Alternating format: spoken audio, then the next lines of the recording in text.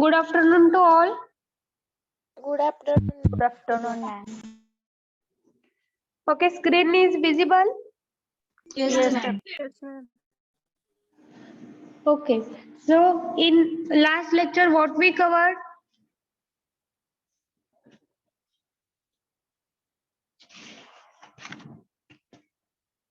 Beta. Beta. So what is beta? काय बघितलं होतं आपण बीटा मध्ये? Adrenergic blockers.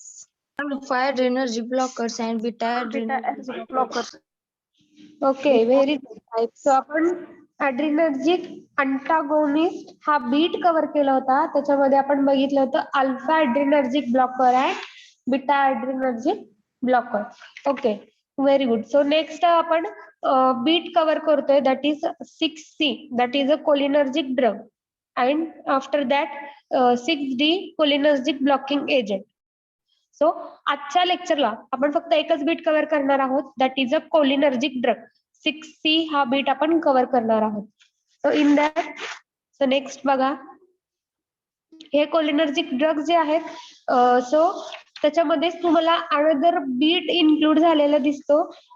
So that beat is indirect acting choline. Okay, wait for a minute.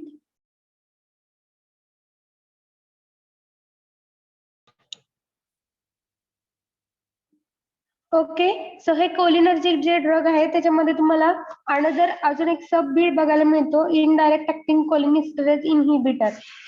So हा bit पण cholinergic drug मध्ये येतो. आणि त्यानंतर ना नेक्स्ट बीट स्टार्ट होतो 6D cholinergic blocking agent. So in that आजच्या लेक्चरला आपण कोलिनर्जिक ड्रग बघणार आहोत. Okay, so cholinergic drug and related agents. So in that cholinergic drug or agents are also known as the parasympathomimetics or parasympathetic drug. हे जे cholinergic drug आहेत किंवा agent आहेत त्यांना आपण काय म्हणतोय?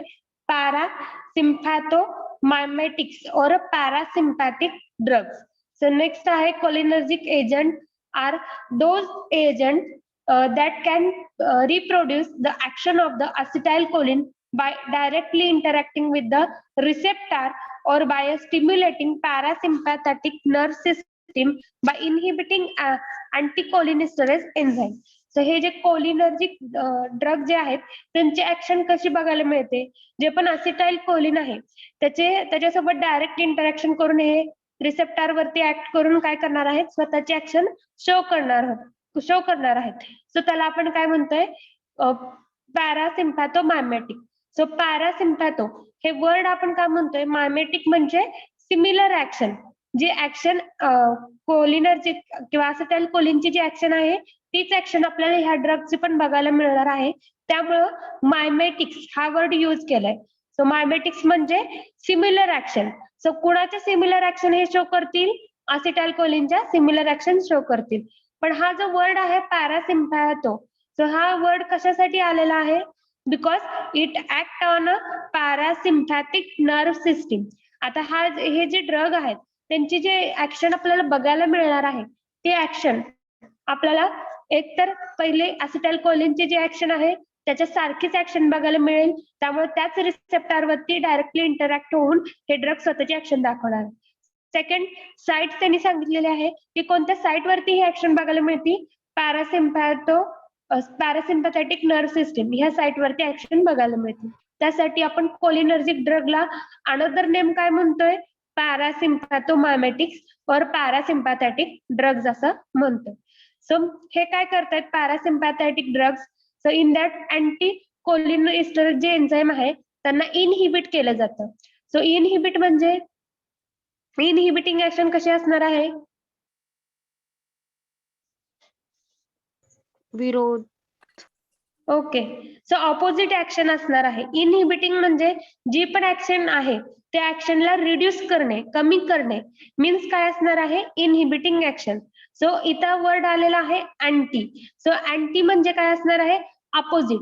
जी कोलिन इस्टरेजची किंवा असिटाइल कोलिनची जी ऍक्शन आहे त्याच्या अपोजिट जी ऍक्शन शो करतं त्याला आपण अँटी कोलिनिस्टरेज एन्झाईम म्हणतो.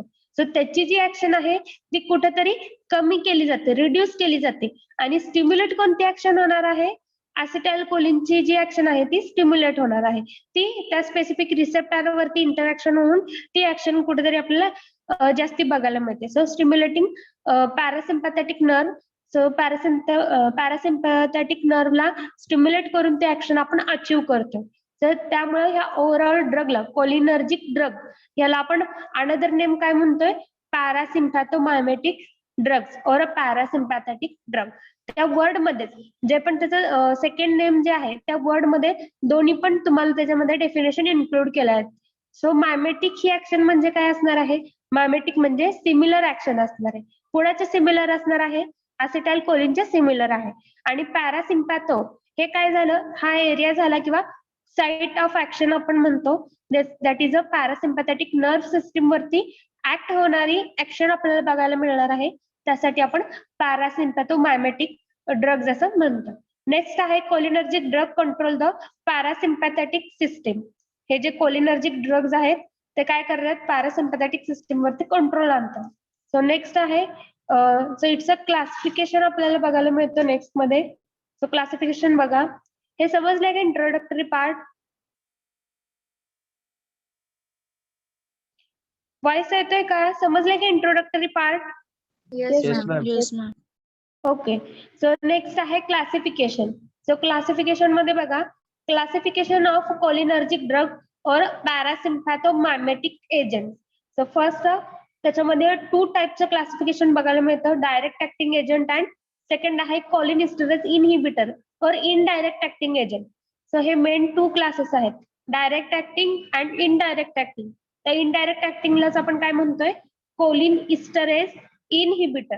सो जो सेकंड टाइप आहे त्याच्यामध्ये तुम्हाला 3 सब टाइप बघायला मिळतात, reversible, irreversible, cholinesterase reactivator. So second type मध्ये 3 sub type, reversible, irreversible and cholinesterase reactivator. So हे जे टाइप्स आहेत ते टाइप्स कशावरून पडले असतील? कोणत्या बेसिसवरती हे क्लासिफिकेशन झालंय?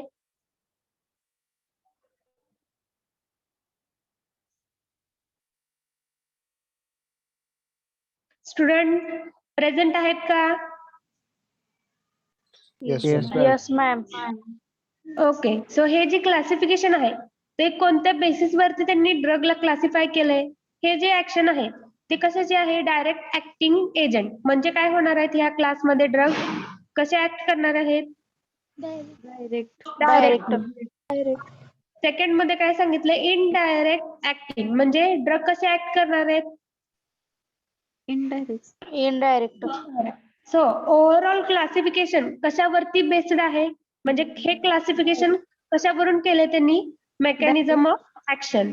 तर तुम्हाला हे स्वतःहून सांगता आलं पाहिजे क्लासिफिकेशन बघितल्यावरती की हे जे डायरेक्ट ऍक्टिंग, इनडायरेक्ट हे कशाचे रिलेटेड वर्ड आहेत? त्यांची मेकॅनिझम किंवा फार्माकोलॉजिकल ऍक्शन ह्याच्यावरती डिपेंड आहेत. त्यामुळे हे जे क्लासिफिकेशन आहे, so this classification is based on mechanism of action. So in that main 2 types we are seeing in the classification, direct acting, second is indirect acting. So indirect मध्ये तुम्हाला परत sub 3 classification आहेत, reversible, irreversible and cholinesterase reactivator. So reversible या वर्डचं meaning काय आहे? Reverse means Reuse. म्हणजे okay, जी इनहिबिटिंग असेल किंवा जी सिमिलर ऍक्शन आहे तुम्हाला परत रिव्हर्स पण करता येऊ शकते. इररिव्हर्सिबल म्हणजे काय असणार आहे? परत ती तुम्हाला रिव्हर्स करता येऊ ओके नाही. आणि त्यानंतर कोलिनिस्टरेज रिऍक्टिव्हेटर. रिऍक्टिव्हेटर ही पण कशी आहे? रिव्हर्सिबल सारखी ऍक्ट होणारी. सो कोलिनिस्टरेज हे एन्झाईम आहे की ज्याला तुम्ही इनहिबिट जरी केलं तरी तुम्हाला ते रिऍक्टिव्हेट करता येतं, परत त्याला आहे अशा नॉर्मल स्टेट वरती किंवा ऍक्शन वरती आणता येतं, रिऍक्टिव्ह करता येतं. तर this is the classification. In that example बघा, डायरेक्ट ऍक्टिंग एजंटचे example acetyl choline, carbachol, pilocarpine, methacholine and bethanacal. This is the example. Next आहे second class cholinesterase inhibitor in indirect acting agents. So in that, first is a reversible. In that example, phagostigmine, neostigmine, pyridostigmine, hydrophonium chloride, tacrine hydrochloride, ambient chloride, and hydrophonium. This is the example.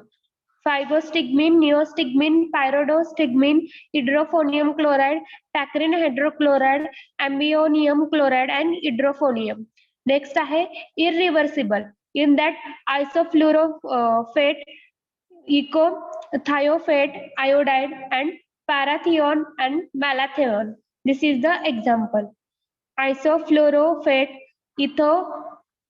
ethothiopate, iodide, and parathion and malathion. Next आहे cholinesterase reactivator. In that, paralidoxine chloride. So this is the one example in the cholinesterase reactivator. So one by one आपल्याला काय करायचे, drug class, drug in detail learn करायचे. So next आहे drug. In that acetyl choline, हे drug आपल्याला learn करायचे. So acetyl choline, in that molecular formula C7H60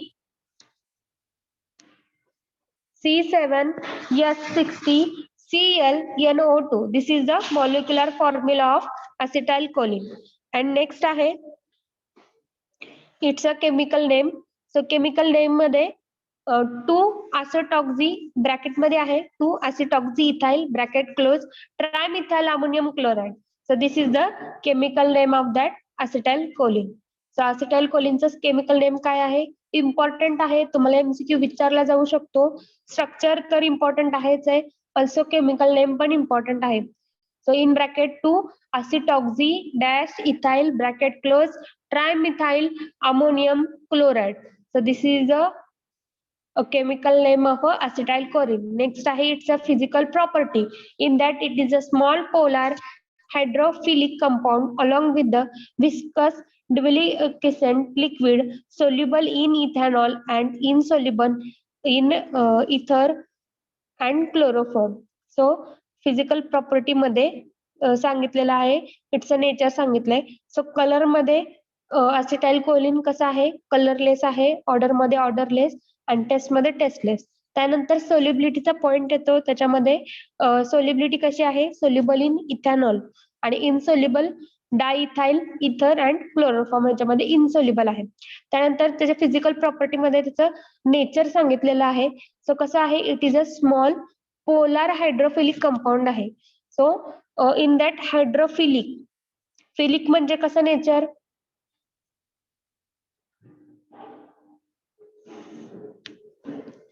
philic. Okay. So hydro म्हणजे आपण हायड्रो हा शब्द कोणाला यूज करतो, वर्ड कोणाला यूज करतो, वॉटर साठी. वॉटर साठी. Very good. सो अट्रॅक्टिव्ह करणारे. ओके. सो वॉटर लव्हिंग असे कंपाऊंड आहेत, त्याला आपण म्हणतोय हायड्रोफिलिक कंपाऊंड. म्हणजे वॉटर जिथं आहे, वॉटरचं प्रेझेन्स, त्याच्याकडे ते डायरेक्टली अट्रॅक्ट होतील किंवा त्याच्यामध्ये सोल्युबल होतील. नेक्स्ट आहे along with viscous deliquescent liquid. So कसं आहे, विस्कस आहे. सो विस्कस ही प्रॉपर्टी कशाच्या रिलेटेड आहे, ऑफलाईन मध्ये पण आपण ही विस्कस प्रॉपर्टी डिस्कस केली होती. लिक्विडच्या फ्लो बद्दल. लिक्विडचा जो फ्लो आहे ती फ्लो प्रॉपर्टी आहे. त्यामुळे acetylcholine कसं आहे, स्मॉल त्याचे पार्टिकल्स आहेत, पोलार नेचर आहे, हायड्रोफिलिक कंपाऊंड आहे, विस्कस आहे. सो फ्लो प्रॉपर्टी त्याची डिस्कस केली. त्यानंतर ड्युलिक्विसंट लिक्विड आहे. सो लिक्विडचं त्यांनी फेज सांगितलेले आहे. त्यानंतर सोल्युबल कशामध्ये आहे, इथेनॉल, आणि insoluble diethyl ether and chloroform. Next बघा युजेस. सो युजेस मध्ये फर्स्ट आहे, it is a short acting moietic when introduced into the anterior chamber of the eye and is specially useful after cataract surgery during the placement of a suture. So I related जे काही surgeries असतात त्या surgery मध्ये use केलं जाणारं drug आहे, ज्याच्यामध्ये short acting असं हे ड्रग आहे. त्यानंतर सेकंड यूज, फर्स्ट यूज मध्ये काय सांगितलंय, फर्स्टली शॉर्ट ऍक्टिंग मॉइटी आहे आणि ते आपण आय रिलेटेडच्या सर्जरीमध्ये यूज करतो. तर सर्जरीमध्ये सुचर जे आहे प्लेसमेंट ऑफ अ सुचर त्याच्यामध्ये आपण यूज करतो. नेक्स्ट आहे when applied topically to the eye it has a little therapeutic value because of a poor corneal penetration and rapid hydrolysis of acetylcholine esterase. So ज्यावेळेस आपण I रिलेटेडच्या preparation मध्ये असिटाइलकोलिनला use करतो त्यावेळेस थेरॅपेटिक value जी आहे म्हणजे त्याचा जो इफेक्ट आहे तो आपल्याला कमी बघायला मिळतो. सो का कमी बघायला मिळतोय कारण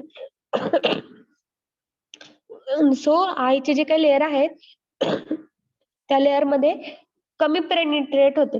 सो कॉर्निया जे आहे सो त्या आयचे जर तुम्ही लेअर बघितले साइड्स बघितलं तर त्याच्यामध्ये कॉर्निया लेअरला कमी पेनिट्रेट होते त्यामुळं थेरॅपेटिक ऍक्शन किंवा फार्माकोलॉजिकल ऍक्शन पण आपल्याला कमी बघायला मिळते आणि त्याचं हायड्रोलिसिस जे आहे ते रॅपिड होते.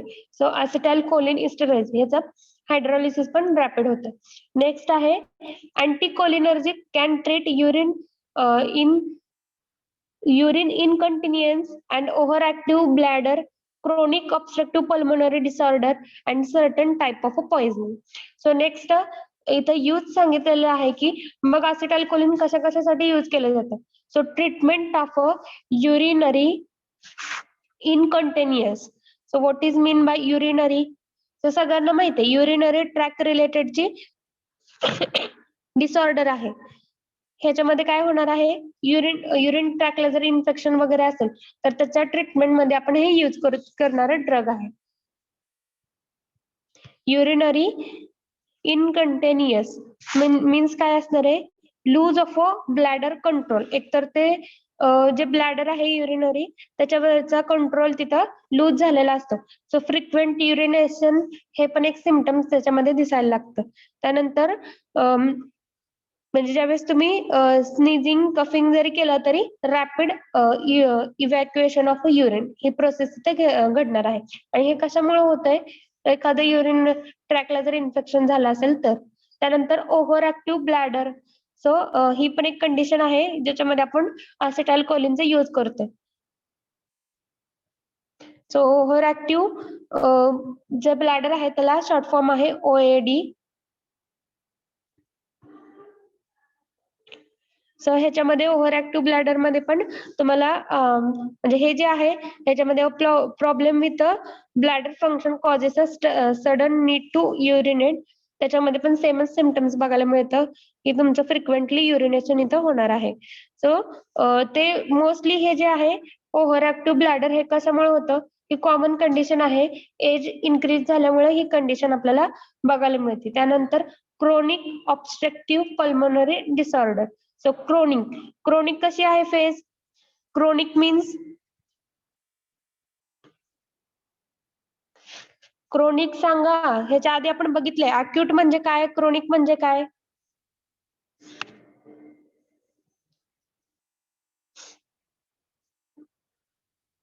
स्टुडंट वॉइस येतोय का माझा. ओके. क्रोनिक म्हणजे कसं. अक्यूट म्हणजे काय आहे क्रोनिक म्हणजे काय आहे. Chronic means long standing. Okay. Chronic means severe state की जे काही तुम्हाला डिसीज झालेला आहे त्याची सिव्हिअर कंडिशन त्याला आपण क्रोनिक म्हणतोय.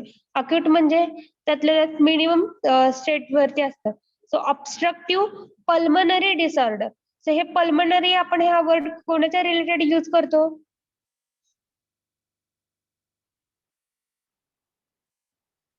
lungs. लंगच्या. Very good. सो ही जी कंडिशन आहे ती लंग रिलेटेड डिसऑर्डर आहे क्रोनिक ऑब्स्ट्रक्टिव्ह पल्मोनरी डिसऑर्डर. त्याच्यामध्ये काय होणार आहे जे काय लंग्स आहेत ते त्यांचं जे काही एअरवेज आहे ते ब्लॉक होणार आहेत त्यामुळे डिफिकल्टी इन ब्रीदिंग हे सिम्पटम्स आपल्याला बघायला मिळतात. So COPD. सो हे एअरवे रिलेटेडचे डिसऑर्डर आहे ज्याच्यामध्ये तुमचा एअरवे पॅसेज जे आहे तो ब्लॉक झालेला असतो. सो व्हेरियस ॲलर्जीमुळं किंवा एन्व्हायरमेंट म्हणजे फॉरेन मटेरियल तुमच्या बॉडीमध्ये इन्सर्ट झाल्यामुळं तुम्हाला ते डिफिकल्टी इन ब्रीदिंग हे जाणवायला लागतं. तर त्याला आपण म्हणतोय chronic obstructive pulmonary disorder. So and sometimes of a poisoning. Types of a poisoning मध्ये आपण यूज करतो. This is the uses of acetylcholine. So uses मध्ये पहिल्यांदा काय बघितलं आय रिलेटेड जे पण काही सर्जरी आहेत त्या सर्जरी मध्ये आपण यूज करतोय. त्यानंतर सेकंड आहे यूज की आय मध्ये जर तुम्ही आय ऍप्लिकेशन मध्ये जर हे जर यूज केलं टॉपिकली तर त्याच्यामध्ये लिटिल थेरapeutic इफेक्ट तुम्हाला बघायला मिळतो, फार्माकोलॉजिकल इफेक्ट, कारण कॉर्नियल पेनिट्रेशन जे आहे ते कमी असतं आणि ते असिटाइल कोलिन इस्टरेटचं हायड्रोलिसिस रॅपिड होतं. त्यानंतर थर्ड मध्ये कशा कोणत्या ट्रीटमेंट मध्ये यूज करतोय आपण, urinary incontinence and over active bladder, chronic obstructive pulmonary disorder, ह्या 3 टाईपच्या डिसीजेस मध्ये डिसऑर्डर मध्ये आपण हे असिटाइलकोलिन यूज करतोय. आणि ऑल्सो लास्ट फोर्थ जे आहे त्याच्यामध्ये पॉइझनिंग आहेत, सर्टन टाइप ऑफ पॉइझनिंग मध्ये आपण असिटाइलकोलिन यूज करतोय.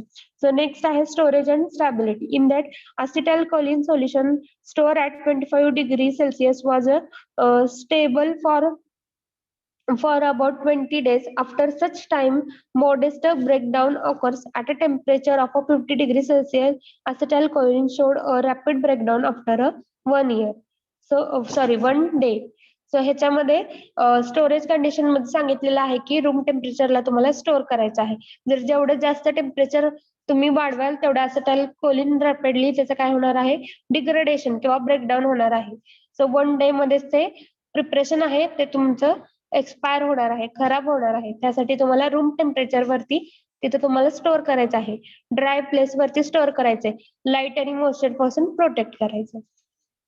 सो नेक्स्ट बघा, नेक्स्ट आहे formulation. In that powder for injection, syrup, gel, lozenges, strips अशा वेगवेगळ्या फॉर्म्युलेशन मध्ये मार्केटमध्ये अवेलेबल आहेत. नेक्स्ट आहे ब्रँड नेम मायोकोल ई, एन असेटाइल सायटीन आणि Mucomyst. So these are the popular brand name. मायोकोल ई, एन असेटाइलस्टीन, मायोमिस्ट. This is the popular brand name. Next आहे डोस. डोस मध्ये चिल्ड्रन साठी 5 to 10 mg एव्हरी डे तुम्हाला द्यायचं आहे आणि अडल्ट साठी 20 mg. So intraocularly per eye is usually sufficient.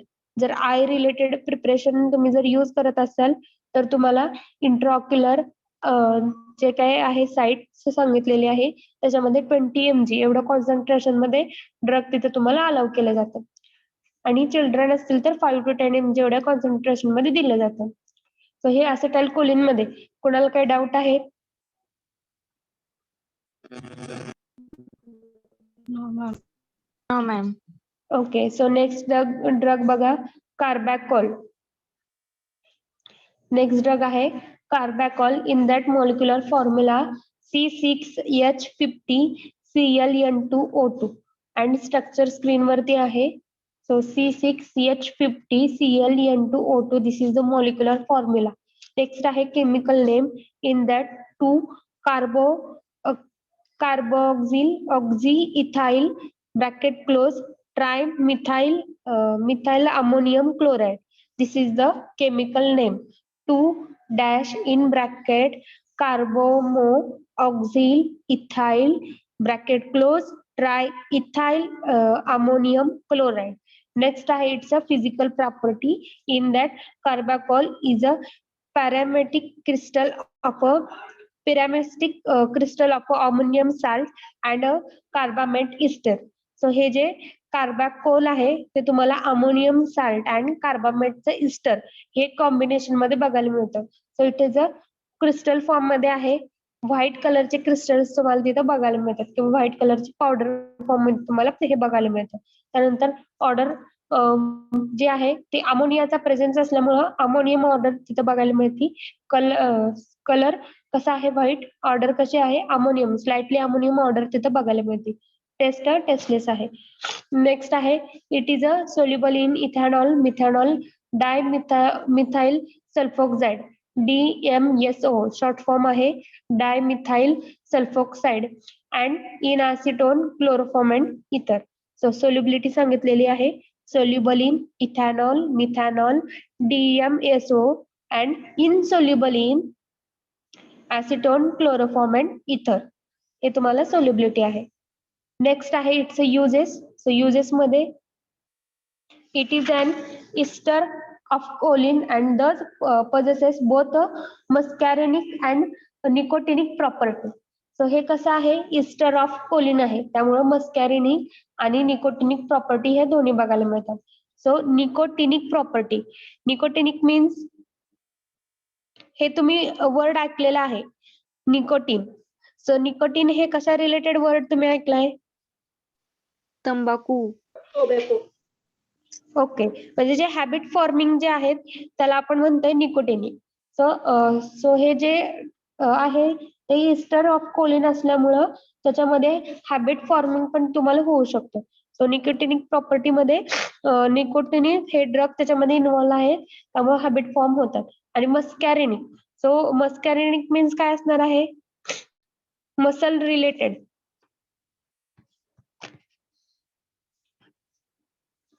So मस्कॅरिनिक मध्ये काय असणार आहे? मसल रिलेटेड जे काही स्केलेटन मसल आहेत त्याला स्टिम्युलेटिंग ऍक्शन. आणि निकोटिनिक मध्ये सगळं हॅबिट फॉर्मिंग जे आहेत की सारखं एकदा घेतले की तुम्हाला सारखं सारखं ते घ्यावं वाटणारे जे ड्रग आहेत त्या नर्वला म्हणजे त्या स्पेसिफिक सेन्सिटिव्हिटीला ते काय करतात? स्टिम्युलेट करतात. आणि मस्कॅरिनिक मध्ये मसल जे आहेत त्यांना पण सारखे स्टिम्युलेशन मिळतात. नेक्स्ट आहे storage and stability. In that store in a refrigerator. So next आहे 4 डिग्री सेल्सिअस आहे हे स्टोर इन रेफ्रिजरेटर आणि stock solution are stable for an 6 months at 4 degree Celsius. Storage मध्ये 4 डिग्री सेल्सिअसला आपल्याला ठेवायचं आहे आणि स्टेबल किती दिवसापर्यंत आहे? 6 months पर्यंत हे सोल्युशन स्टेबल राहतात. नेक्स्ट आहे फॉर्म्युलेशन. फॉर्म्युलेशन मध्ये topical ophthalmic solution, drops and ointment हे व्हेरियस फॉर्म मध्ये अवेलेबल आहेत. टॉपिकल म्हणजे एक्सटर्नली, ऑप्थॅल्मिक म्हणजे आय रिलेटेडच्या प्रिपरेशन मध्ये हे आहेत.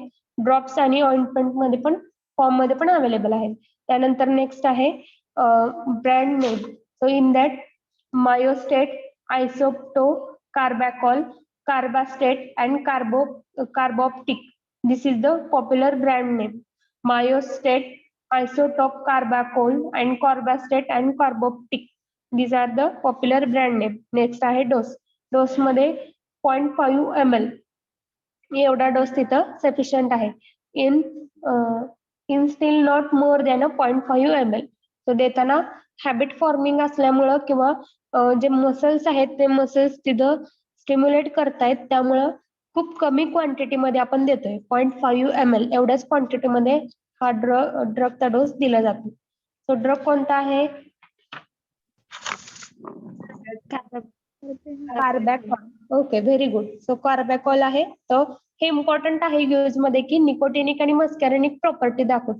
निकोटिनिक मध्ये काय येणार आहे की हॅबिट फॉर्मिंग जे सेन्सेशन असतात त्याला स्टिम्युलेट करतात. आणि मस्कॅरिनिक मध्ये जे पण मसल्स आहेत, मग ते स्केलेटन मसल रिसेप्टर असतील किंवा जे पण अदर मसल्स आहेत त्यांना स्टिम्युलेट करतात. सो स्टिम्युलेट केल्यावरती आपल्याला माहिती की स्टिम्युलेट रिएक्शन मध्ये काय होणार आहे? त्यांचं फंक्शनिंग कसं होणार आहे? रॅपिड होणार आहे किंवा त्यांचं जे नॉर्मल फंक्शनिंग आहे त्याच्यापेक्षा आपल्याला तेच फंक्शन रिपीट होताना दिसतं किंवा इन्क्रीज इन रेट असं दिसतं. नेक्स्ट आहे third drug, that is a pilocarpine. So pilocarpine molecular formula बघा, C11H60N2O2. This is the molecular formula, C11H60N2O2. Next आहे it's a chemical name. In that 3 ethyl 4 in bracket 1 methyl dash 1H imidazole dash 5 YL bracket close methyl bracket close dihydrofuran dash 2 in bracket 3H bracket close dash ONE dash ONE. This is the chemical name. So chemical name मध्ये structure तुम्ही बघा, त्याच्यामध्ये तुम्हाला इमिडाझोल moiety दिसती. So in that 3 ethyl dash 4 dash in bracket 1 methyl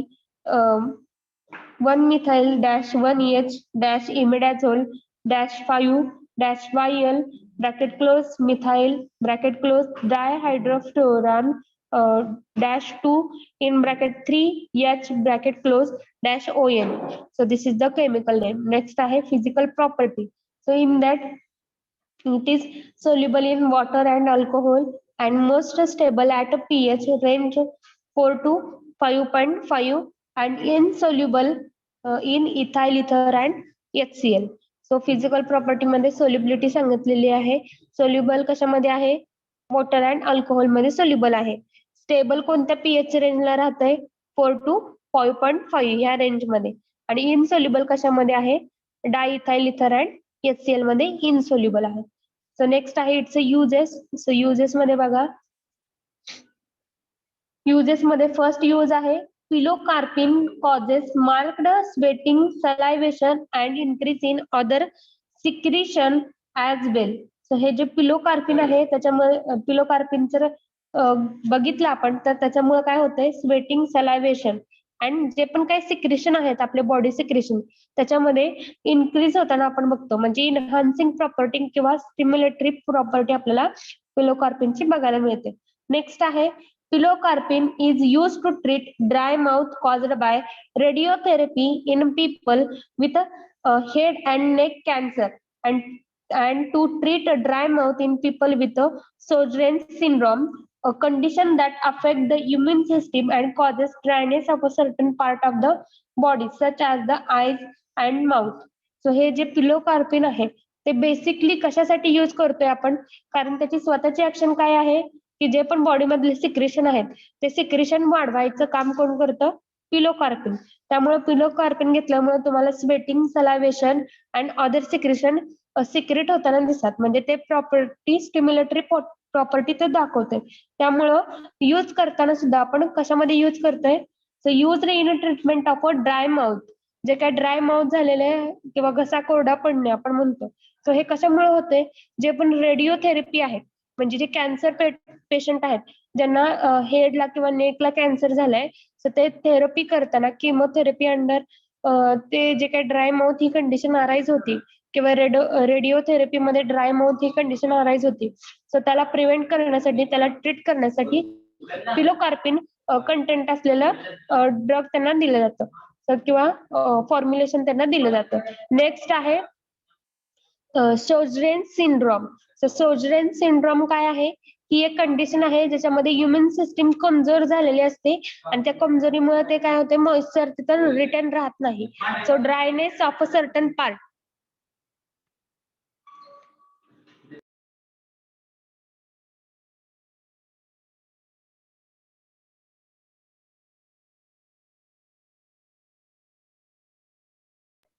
so next आहे syndromes, सोर्जेन syndromes. ह्या condition मध्ये काय होणार आहे?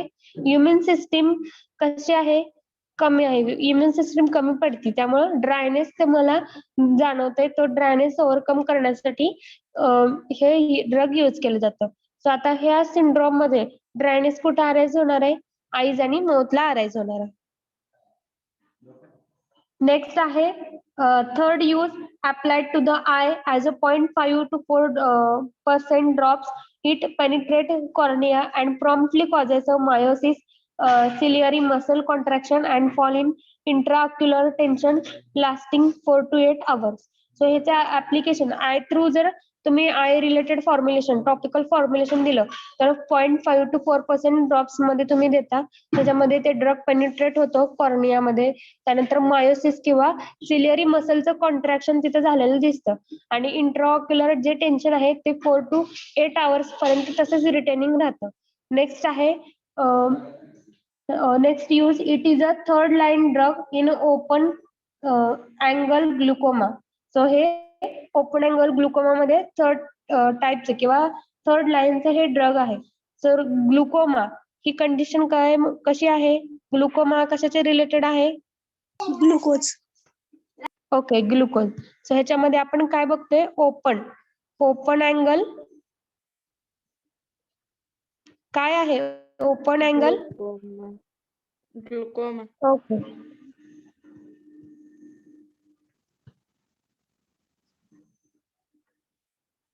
सो ह्यामध्ये काय केलं जाणार आहे? हे जे मेडिकेशन आहे ते आय रिलेटेड मेडिकेशन आहे ज्याच्यामध्ये जे काही ड्रेनेज होतंय. सो आय मधून काय होतंय? फ्लुइड रॅपिडली ड्रेन होते. जसं की एखाद्याच्या आईजला सारखं पाणी येते, डोळ्याला पाणी येणे. सो हे जे आहे ते जे सिक्रेशन आहे ते काय होणार आहे? थोडं ते आता नॉर्मल मध्ये होणार आहे. एक्सिस मध्ये जे काही फ्लुइड लॉस होत होतं ते कंट्रोल मध्ये येण्यासाठी आपण हे ड्रग यूज करते. म्हणजे ह्या ड्रगमुळे ऑलरेडी सिक्रेशन जे आहे ते इन्क्रीज होतं, पण ज्यांच्यामध्ये ऑलरेडी जास्त सिक्रेट होतं ते पण कंट्रोलमध्ये येतं. सो ग्लुकोजची लेवल इन्क्रीज झाल्यामुळं त्यांना हे बाकीचे प्रॉब्लेम अराईज होणार आहेत. नेक्स्ट आहे the other uses as a moietic are to counteract mediatics after they have been used for a testing refraction and prevent a break adhesion of iris with a lens or cornea by altering with the mediatrix. So ह्याच्यामध्ये काय सांगितलंय, I रिलेटेडचे जे काही defect आहेत, so vision रिलेटेडचे काही defect आहेत ते prevent करण्यासाठी सुद्धा हे ड्रग यूज केलं जातं. सो जास्त जर आपले आयज ड्राय झाले तर आपल्याला समोरचं जे काय आहे ते स्क्रीन दिसणार आहे का? जर नाही. तुमचे आईज ड्राय झाले असतील तर तुमचे आय ड्राय ज्यावेळेस व्हायला लागतात त्यावेळेस डेफिनेटली तुमचे आईज आहेत ते क्लोज व्हायला लागतात. त्यामुळं त्याच्यामध्ये मॉइश्चर राहण्यासाठी आणि हे जे आहे सो लास्टचा जो पॉइंट त्याच्यामध्ये सांगितलंय आय रिलेटेड किंवा व्हिजन रिलेटेड जे पण प्रॉब्लेम्स अराईज होत आहेत, सो आयरिस असेल किंवा कॉर्नियामध्ये जर काही डिफेक्ट असेल तर त्याच्यामध्ये ते कमी होऊन जातं ह्या ड्रगचं युजनी. नेक्स्ट आहे storage and stability. In that pilocarpine survive heating at 110 degrees Celsius for 30 minutes and stable for at least 1 year when sorted at a room temperature in the dark, even after being subjected to the heat treatment. So ह्याच्यामध्ये pilocarpine 110 degree Celsius या टेम्परेचरला राहू शकतो, पण किती मिनिटासाठी? 30 मिनिटसाठी stable राहू शकतो. So and stable for at least 1 year when stored at room temperature. पण जर तुम्ही डार्क एरियामध्ये आणि रूम टेम्परेचरला जर ठेवलं तर हेच ड्रग तुम्हाला 1 year पर्यंत स्टेबल राहताना दिसतं. आणि जर जास्त हीट दिली तुम्ही, ही ट्रीटमेंट 110 डिग्री ह्या सेल्सिअस वरती जर ठेवलं तर हाफ आवर एवढंच फक्त ते सर्व्हाइव्ह करतं आणि त्यानंतर त्याचं डिग्रेडेशन व्हायला स्टार्ट होणार आहे. सो स्टोरेज कंडिशन मध्ये काय काय लिहायचं? फर्स्ट कंडिशन काय असणार आहे? Stored at 100 Heat temperature. Room temperature. Okay. Second condition काय असणार आहे?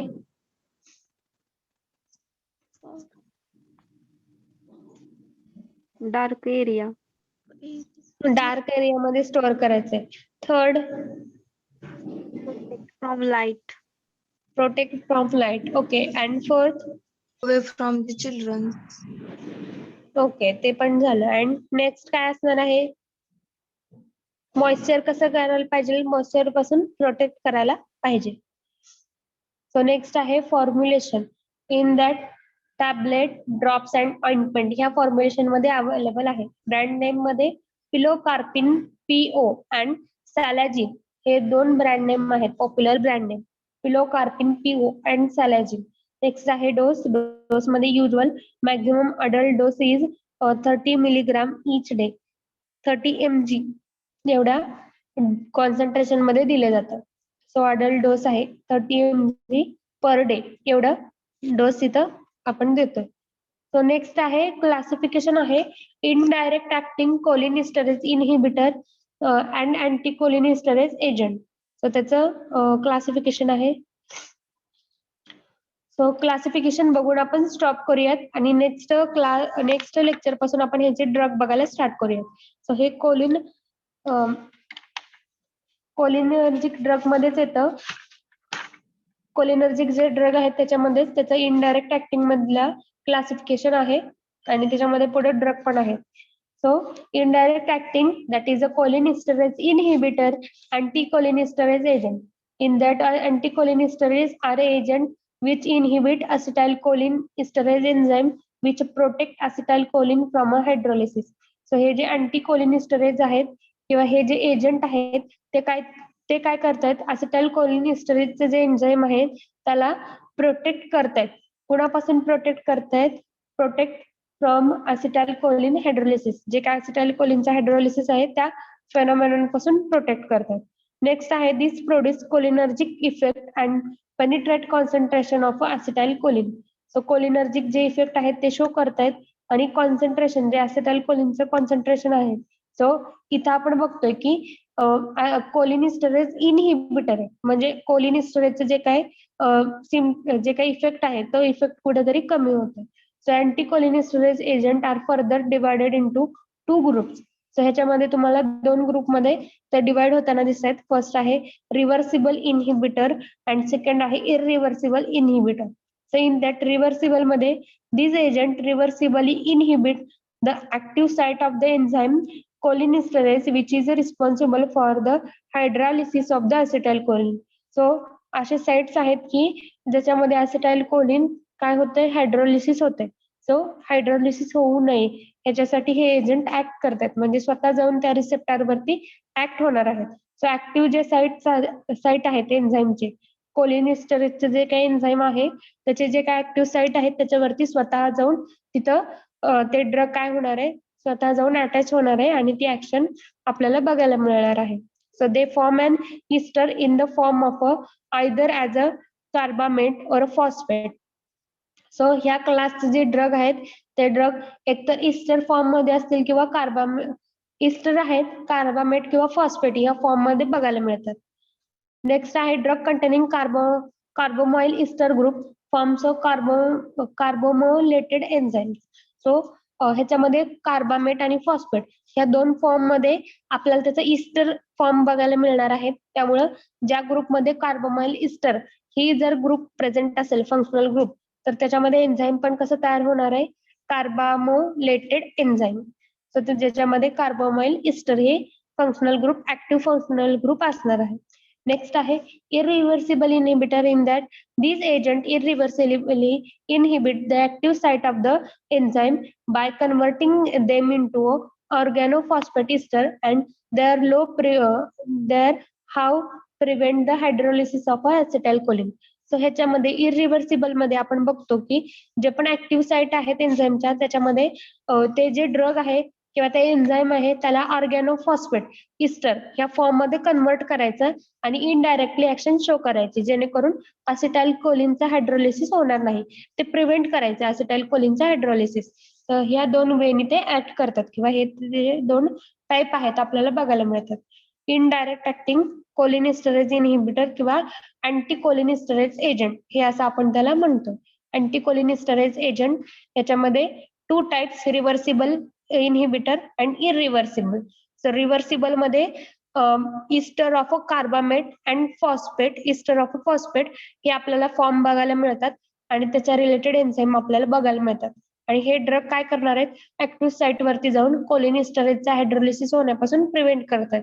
इरिव्हर्सिबल मध्ये जे पण काही ड्रग आहे किंवा एन्झाईम आहे त्यांना ऑर्गॅनोफॉस्फेट ईस्टर ह्याच्यामध्ये कन्वर्ट करतात आणि त्याच्यापासून हायड्रोलिसिस ऑफ असेटाइल कोलिन हे प्रिव्हेंट होते. So this is the 2 classes. So ह्याच्यामध्ये कोणाला काही डाऊट आहे? No, ma'am. ओके. सो आजच्या लेक्चरला काय बघितलं आपण? Cholinergic blocking agent. Cholinergic drug. Okay. Cholinergic drug मध्ये कोलिनर्जिक ड्रगला अजून आपण काय म्हणतोय, सब नेम काय आहेत त्याचे, सिनोनेम? पॅरासिम्पॅथोमायमेटिक किंवा पॅरासिम्पॅथोमायमेटिक. ओके. सो कोलिनर्जिक ड्रगला आपण म्हणतोय पॅरासिम्पॅथोमायमेटिक और पॅरासिम्पॅथेटिक ड्रग. सो हे जे पॅरासिम्पॅथो हे कशावरनं आलेलं आहे? ते ड्रग सिमिलर आहेत. मायमेटिक्स मीन्स सिमिलर ऍक्शन, पण हे जे पॅरासिम्पॅथो हा वर्ड कशावरून आलाय, कोणत्या नर्व वरती ऍक्शन दाखवली जाते?